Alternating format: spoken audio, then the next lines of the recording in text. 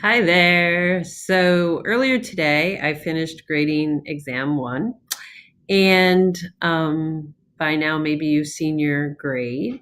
And I just wanted to give you some feedback about how you all did and some suggestions for future exams. So, the very first thing I want to remind you is that I dropped your lowest exam grade and your lowest quiz grade for a couple reasons. Sometimes life gets in the way, technology messes up, or you have no idea how to prepare for an exam and things don't go well. So, if you miss an exam for any reason or you didn't do as well in this exam as you'd hoped, don't worry because your lowest exam grade, even if it's a missed exam, will be dropped. So, but that means the other two will count. And so I want you to do the best you possibly could do.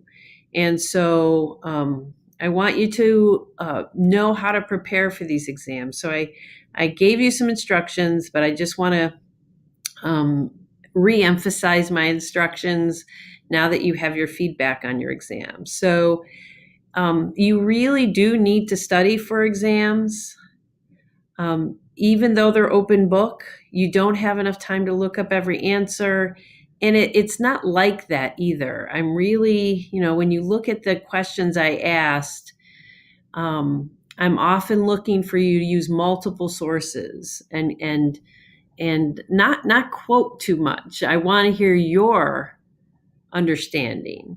So you really want to think about like what is flow, and not just based on what the text said, or what you might have Googled. Hopefully, right, this course is really based on those narrated PowerPoints that I put a lot of time into. And if you listen to those and took notes on them, flow, for example, is absolutely about merging awareness and action, and many of the things that Chris Peterson talks about in the text. And if you said that, you got points for it for sure.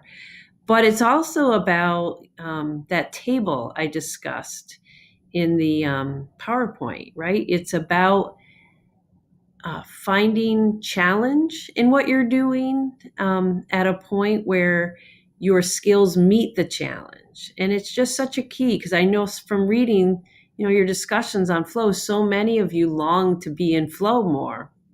As you know, it's related to happiness. But just cutting out distractions or concentrating really hard isn't going to get you into flow.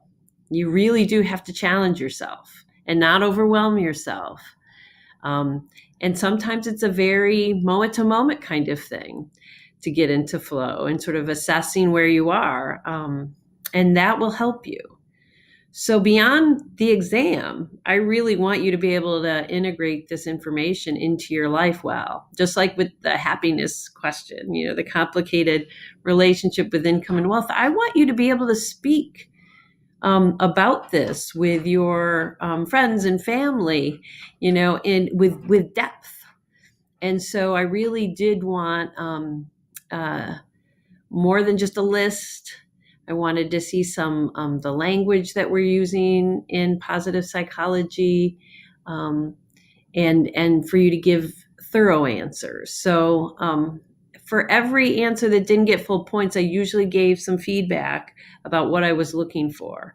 And so hopefully that makes more sense to you. And hopefully going forward, studying will make more sense in terms of when you're going through the material, taking notes on what you hear me say, just as if you were in class, and maybe trying to anticipate the questions I'm going to ask, and studying before you sit down for the exam should help.